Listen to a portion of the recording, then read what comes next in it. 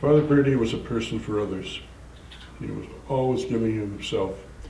He died in March of 1978, shoveling snow in front of a garage. It was my garage, not his, that he was shoveling out. Always reaching out, doing something for other people. He was a man without any, he didn't have material things. He had a car, but if he had a coat and someone was cold, he'd take it off and give it to him.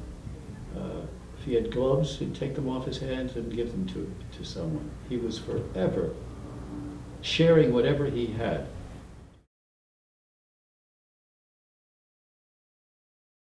One of the favorites is when he was elevated to Monsignor.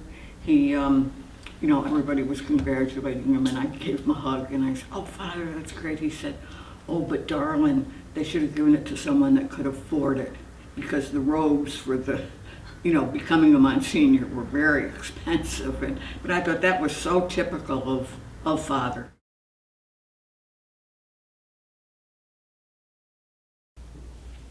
Giving, doing for others, witnessing.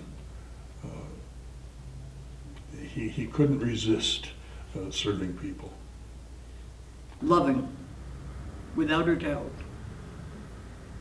I had used one word to describe him. He was focused. He was focused on seeing that blacks had all of the rights and privileges that I had as a white person, or that others had.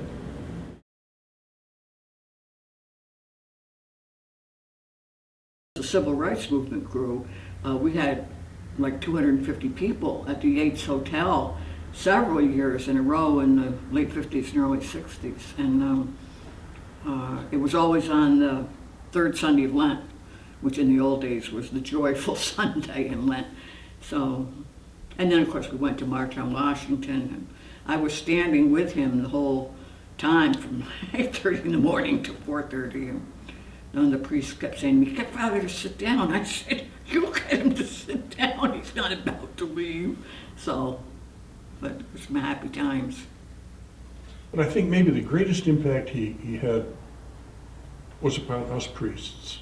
While he was constantly out doing good for poor folks, and, visiting jails and hospitals, he taught us, by his example mostly, but sometimes by words, even harsh words, what he believed about the equality of all people. He was an apostle of interracial justice, and I think there's a whole generation of priests, among whom I'm one, who were taught by him to have far more sensitivity than we would have had without him. So he really got me engaged in social justice, and I've been at it ever since.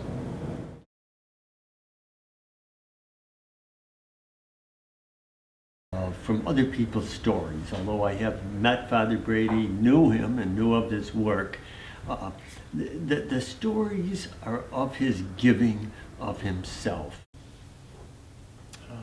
Of a leader who had the heart of a servant. And what I mean by that is that he must have had this tremendous desire to serve people of all ages, races, economic circumstances, but he was particularly interested in the poor.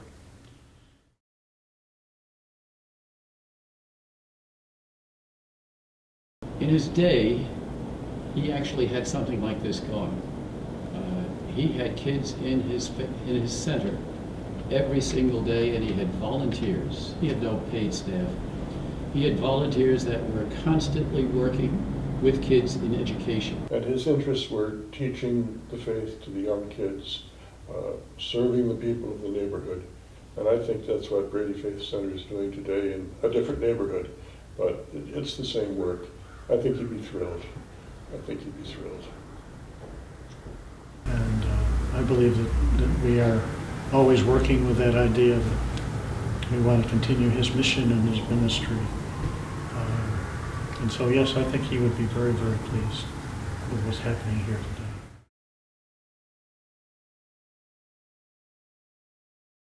today. One person was saying about Father's a theme that Father Brady had was, he said, look it, I may not be at all your parties.